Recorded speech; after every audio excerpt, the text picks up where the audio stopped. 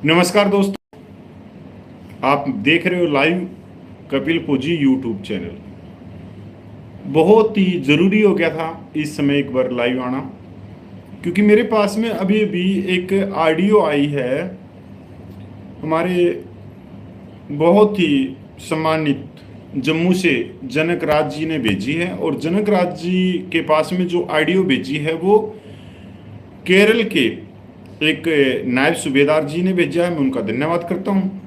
मैं सबसे पहले बताना चाहूँगा कि जनक राज जी कौन है। जनक राज जी वही हैं जिन्होंने जंतर मंतर पे 14 महीने आंदोलन चलाया, अपने घर परिवार को छोड़ के। पूर्व सैनिकों की जो जायज़ मांगे हैं उसको देश के कोने कोने तक पहुँचाया। तो मैं जनक राज जी का भी धन्यवाद करता हूँ, क्योंकि इस ऑडियो पे मेरे को लाइव आना बहुत ज़रूरी हो गया था, क्योंकि ऑडियो बहुत ही अच्छी है। मैं तो पढ़ाई कर रहा था बैठे बैठे, और इस समय मेरा कोई लाइव आने का कोई प्रोग्राम था ही नहीं। वैसे भी कम आता हूँ, मैं तो पढ़ाई कर रहा था। मैं एक बार ऑडियो आप लोगों तक मैं सुनाना चाहूँगा। ये ऑडियो ये OROP 3 के बारे में, और बहुत ही उनका जो सवाल है जो केरल के नायब सूबेदार का, वो बिल्कुल ठीक है, ज़बरदस्त है, लॉजिक है उस सवाल में।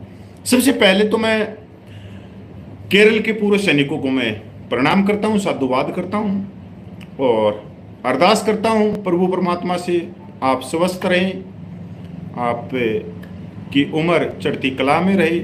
मतलब भगवान आपको दिन दुगनी रात चौगुनी तरक्की दे।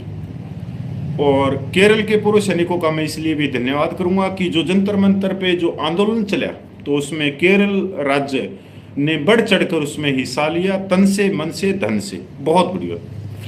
मैं अपनी इस ऑडियो को सुनाना चाहता हूँ, उसके बाद में मैं जवाब दूंगा। नमस्कार भाई, सैनिक संघर्ष सबका जो उसके अंदर जितना मेंबर्स है सबको नमस्कार। मैं एक्स सूबेदार हरिदासन केरला। मैंने कपिल फौजी का जो वीडियो देखा, जिसमें मेजर जनरल जो भी चंडीगढ़ का जो बना के जो टेबल जो गुमराह कर रहा है, जो मतलब कि मिनिस्ट्री ऑफ डिफेंस को भी गुमराह कर रहे इतना उनका है, जबकि OROP में सिपाही का उतना ओवर OROP 1 में नहीं था। वो बात मान लेता हूँ, लेकिन जो हमारे जो एक्चुअली जो टेबल है वो तो PCD के पास होगा ना, वो तो हमको पेंशन दे रहे हैं। तो ये अगर ये करेगा तो वो कैसे मानेगा वो चीज़ को? उसमें भी तो मैं कपिल फौजी सही बोल रहा, मैं गलत नहीं बोल रहा। लेकिन जो हमारा पेंशन जितना हमको दे रहे हैं उसका टेबल जो किसके आधार पर होगा? जो हमको PPO बनाता है, जो उनको पास भी तो है हमारे पास। अगर ये बना के देगा तो अगर वो गवर्नमेंट को कैसे बना सकता है? तो गवर्नमेंट के पास भी तो वो जो पुराना टेबल का ड्राफ्ट दिखाएगा, फिर नया ये फॉर रेट जो भी है जो पुराना दिखाएगा उसमें जितना बड़ा है। अब वो कैसे ये करने से होगा? इसलिए मेरे को थोड़ा इसको क्लियर करना जरूरी है। ऐसा होने से तो लोग बहुत गलत कर रहे हैं। बहुत धन्यवाद है। मैं नायब सूबेदार हरि किशन साहब का मैं धन्यवाद करता हूं कि उनका लॉजिकल है, बहुत ज़बरदस्त पॉइंट है। ये वो टेबल है। पहला सवाल मेरा क्लियर, आराम से बोलूंगा, बिल्कुल धीरे से बोलूंगा। जुलाई 2019 के अंदर second one rank on pension revision होनी थी। उससे पहले कोट टाई यूट्यूबरों ने एक फिल्म बनाई, और ज़बरदस्त फिल्म बनाई, आए दिन बनाई, और आप लोगों तक वो वीडियो उतारे और आप लोगों तक बताया कि उस OROP सेकंड के रिवीजन में जो सूबेदार हैं उनकी जो पेंशन है वो 6,000 रुपये से लेके 8,000 रुपये तक बेनिफिट हो रहा है। तो OROP सेकंड रिवीजन होनी तो जुलाई 2019 में थी, पर सुप्रीम कोर्ट के अंदर ये केस चल रहा था, तो इसकी वजह से 2022 में ये फैसला है, 2022 में ये रिवीजन हुई। तो मेरा सबसे पहला सवाल ये है कि जिस समय ये चीज़ें बताई जा रही थी कि सूबेदार रैंक की भाई 6,000 रुपये से ज़्यादा की पेंशन बढ़ जाएगी, कोई 7,000 बता रहा था, कोई 8,000 बता रहा था, तो OROP के सेकंड रिवीजन में कितने रुपये बढ़े सूबेदार की? बता सकता कोई? 666 सर्कुलर में, या फिर मैं बताऊं? 2016 से पहले वाले 31,000 से ज़्यादा पेंशन ले रहे, और 2016 से पहले वाले सूबेदार मेजर 33,000 से ज़्यादा बेसिक पेंशन ले रहे। और उसके बाद में 2016 के बाद में जो रिटायरमेंट आए सूबेदार, वो 27,400 के करीब ले रहे थे। तो सेकंड OROP में सिर्फ किसी की बढ़ोतरी हुई तो वो हुई 2016 के बाद में सूबेदार जो रिटायरमेंट आए, जिनकी 27,000 बेसिक पेंशन थी, उनकी 29,000 कर दी। तो ये एक फिल्म बनाई जाती है, पहले से ही बनाई जाती है कि जिस तरह से इस टेबल के ऊपर फिल्म बनाई गई है कि सिपाही से लेके हवलदार रैंक की जो पेंशन दिखाई गई है 2024 में,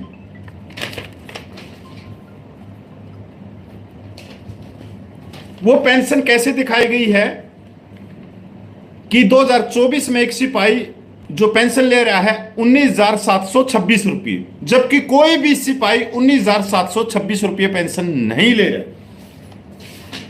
यहां तक जो 28 साल वाला जो सिपाही है, और 28 साल वाला कौन होगा सिपाही, जो नेवी एयरफोर्स में, उसकी पेंशन कितनी है 19,759 रुपये। तो भाई 99.99% 17 साल या 19 साल में सिपाही रिटायरमेंट आ जाता है। तो ये पेंशन क्यों बढ़ा चढ़ाकर दिखाई, पहला सवाल। दूसरा, ये दिखा रहे हैं नायक की पेंशन 21,101 रुपये, और कोई भी नायक 21,101 रुपया नहीं ले रहा, जबकि नायक की जो पेंशन है वो 20,107 रुपये, 20,107 रुपये। इन्होंने जो पेंशन दिखा दी वो 28 साल वाले नायक की। अब हवलदार को सुनो, हवलदार की पेंशन दिखा रहे हैं ये 21,782 रुपये, 21,782 रुपये। भाई क्यों? नहीं सॉरी, हाँ 21,782 रुपये क्यों दिखा रहे हैं?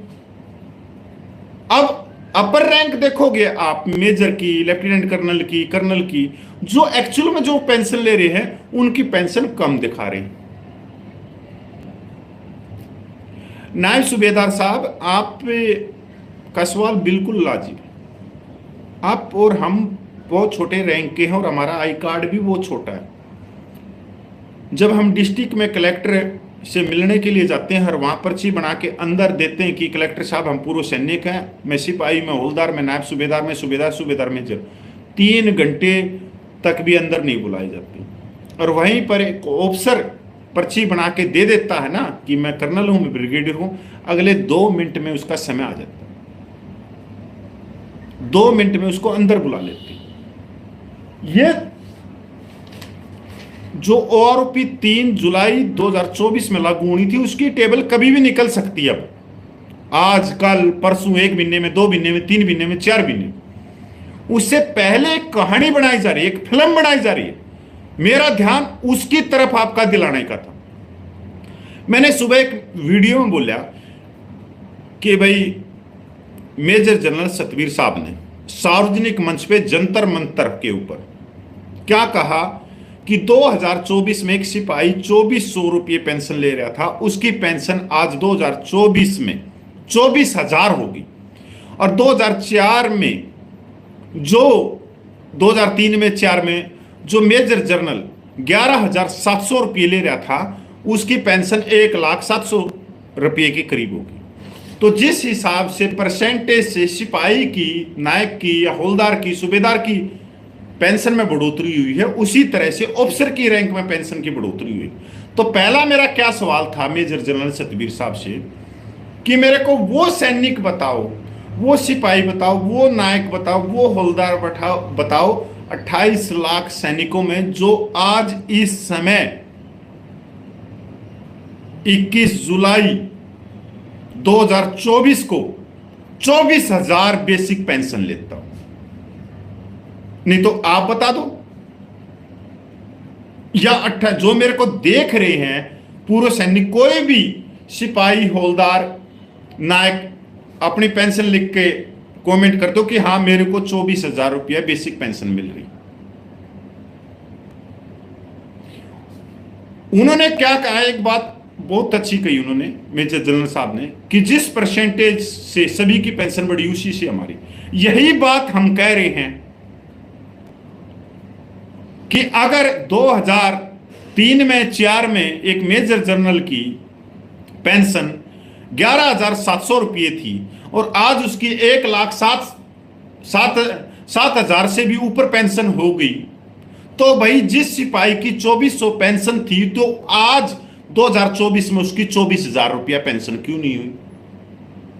नायक की 26,000 क्यों नहीं हुई? हौलदार की 28,000 क्यों नहीं हुई? नायब सूबेदार की 31,000 क्यों नहीं हुई? सूबेदार की 36,000 क्यों नहीं हुई?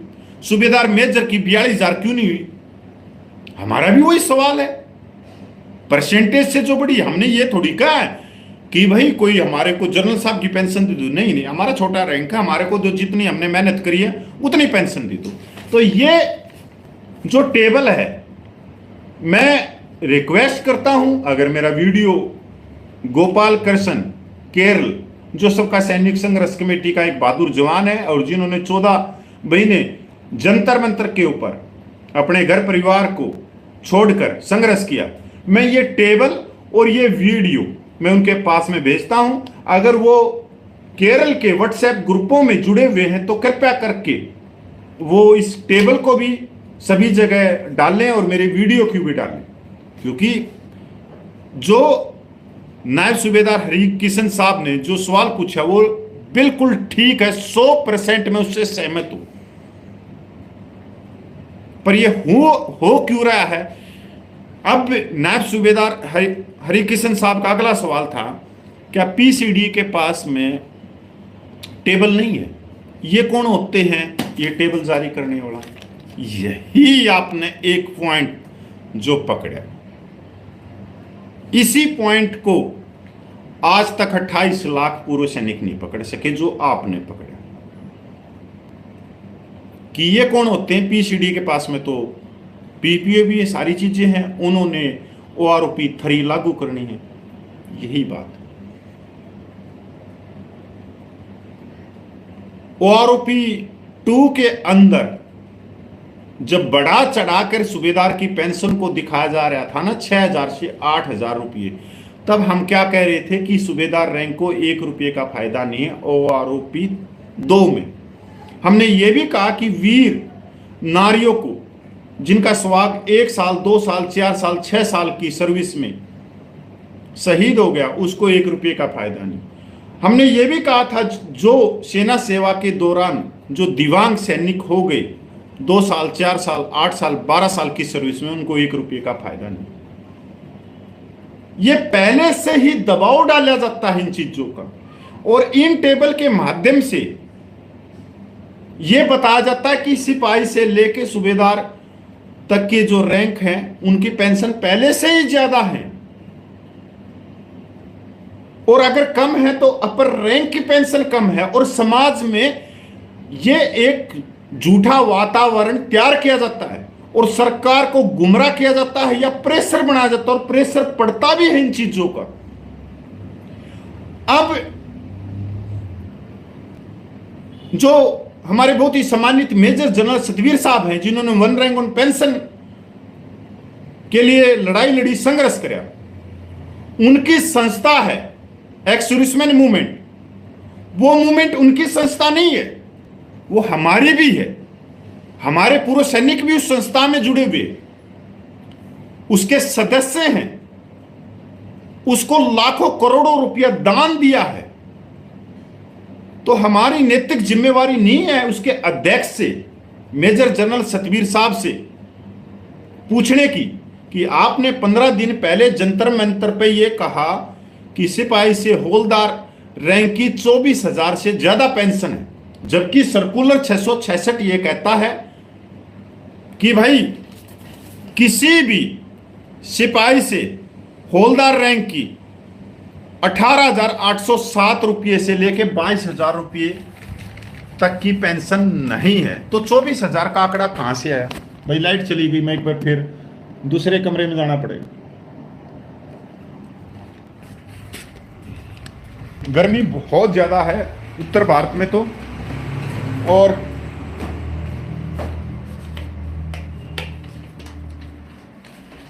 आ गया, गर्मी बहुत ज्यादा भाई।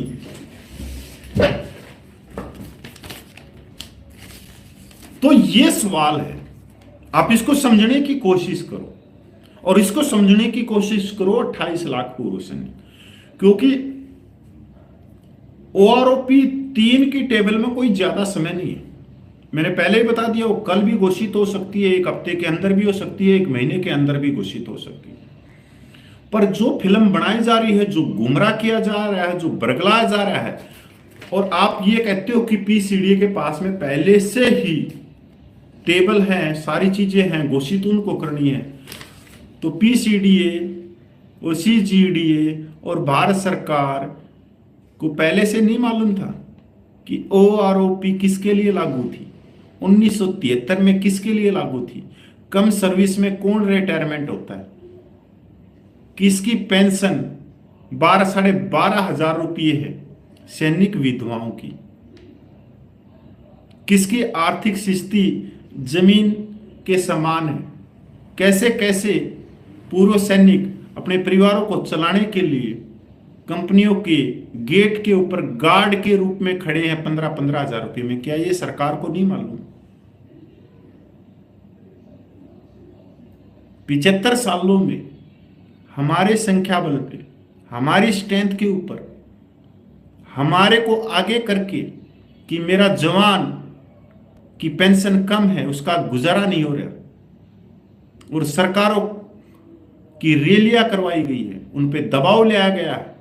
यहां तक 15 सितंबर 2013 की रेवाड़ी रैली करी गई है, एक मुख्यमंत्री को प्रधानमंत्री बना दिया गया, उसमें 5 लाख पूर्व सैनिक कौन थे? ये छोटे रैंक के आप और हम ही थे। और जब सरकार ने ओआरओपी 7 नवंबर 2015 का नोटिफिकेशन जारी कराया, उसमें जो सरकार के कह रही थी कि 75 सालों में किसी ने ओआरओपी नहीं दी, 47 सालों में किसी ने ओआरओपी नहीं दी, हमने ओआरओपी दी। और छोटे रैंक के जो सैनिक कम उम्र में रिटायरमेंट हो जाते हैं, जिनकी आर्थिक स्थिति ठीक नहीं, उनकी आर्थिक स्थिति को ऊपर किया, वो ओआरओपी में से तो बाहर ही निकाल दिए। क्या कोई पूछ सकता है इस बात को? कोई पूछेगा कि सुप्रीम कोर्ट में ओआरओपी का केस क्यों किया गया, क्या मांग थी और क्या फैसला आया 80 पेज का? कोई पूछेगा?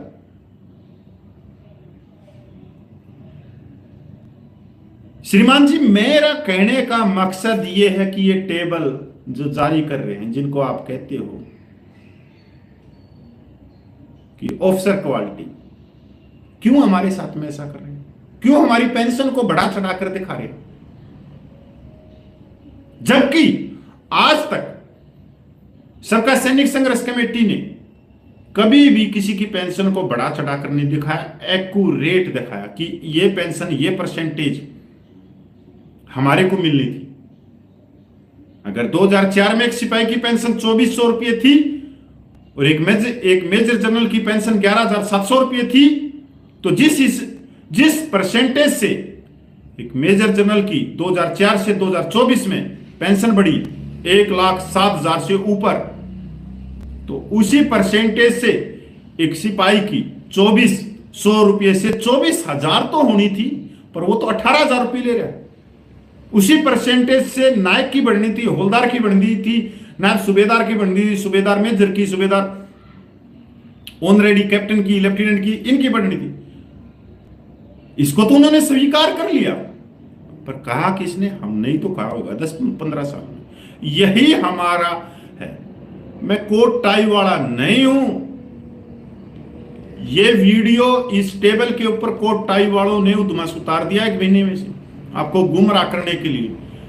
उनको यही नहीं मालूम कि एक सिपाही की जो पेंशन 18,807 रुपये, उन्होंने गुमराह किया। पर मैं कहता हूं कि एक सिपाही की 18,807 रुपये, और ये टेबल क्या कहती है? एक सिपाही की पेंशन 19,726 है। नहीं है, बिल्कुल नहीं है। अगर ये कहते हैं 28 साल वाले सिपाही की पेंशन है, तो भाई 28 साल कौन नौकरी करता? 0.001%, उनमें भी नेवी एयरफोर्स में। हमारी पेंशन को जो 99.99% 17-19 साल में रिटायरमेंट आ जाते हैं, जो नायक 22 साल में रिटायरमेंट आ जाते हैं, जो हवलदार 24 साल में रिटायरमेंट आ जाते हैं, उनकी पेंशन को बढ़ा चढ़ा कर दिखा रहे थे। और इसका यह होगा कि इससे सरकार भी गुमराह होगी और बहुत सारी चीजें भी गुमराह होंगी। और ये एक शरारत है कि पूर्व सैनिकों को, क्योंकि इन्होंने ये टेबल बना दी, इस टेबल को प्रचार कौन कर रहे हैं? कोट टाई यूट्यूबर वाले। वो हमारे ही रैंक के हैं, कोई सूबेदार है, कोई ऑनरेडी कैप्टन है, रिटायर्ड है। देखो उन्होंने ये टेबल निकाल दी और इसका प्रचार कौन कर रहे हैं? हमारे। पर उन भाइयों को ये नहीं मालूम कि इससे नुकसान होगा, इसका प्रचार नहीं करना चाहिए।